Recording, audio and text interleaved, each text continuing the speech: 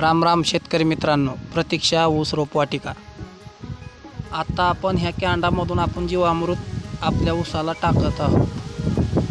आता जवळपास 1.5 तास झाला आपल्या सोलारच्या तुट्ट्या चालू आहेत ऊसाला, आणि 15 ते 20 मिनटं आपल्या कडीला जायच्या राहिल्यात तुट्ट्या. 15-20 मिनटात आपल्या कडीला जातील अशा हिशोबाने आपण आता हे जीवामृत टाकायलो.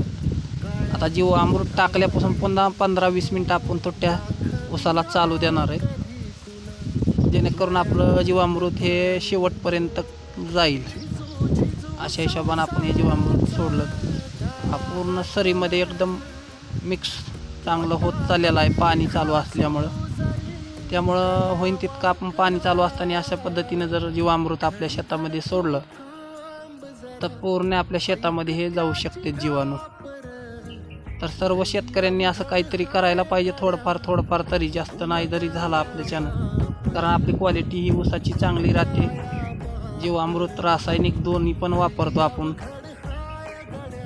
पाहू शकता मित्रांनो, पूर्ण सऱ्यांमध्ये आपल्या जमिनीचा पोत पण चांगला राहतो.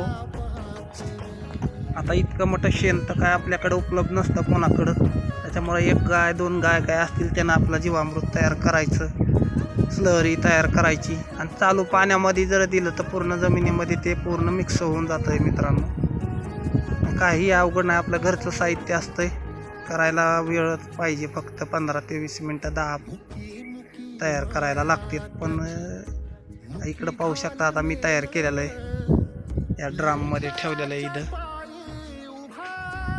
या ड्राममध्ये आपण 300 लिटर जीवामृत तयार केलं होतं.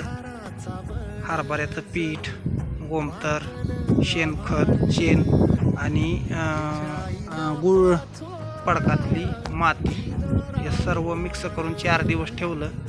आज 4था-5वा दिवस आहे आज. तर आज आपल्या ऊसाला आपण सोडून दिले. धन्यवाद मित्रांनो.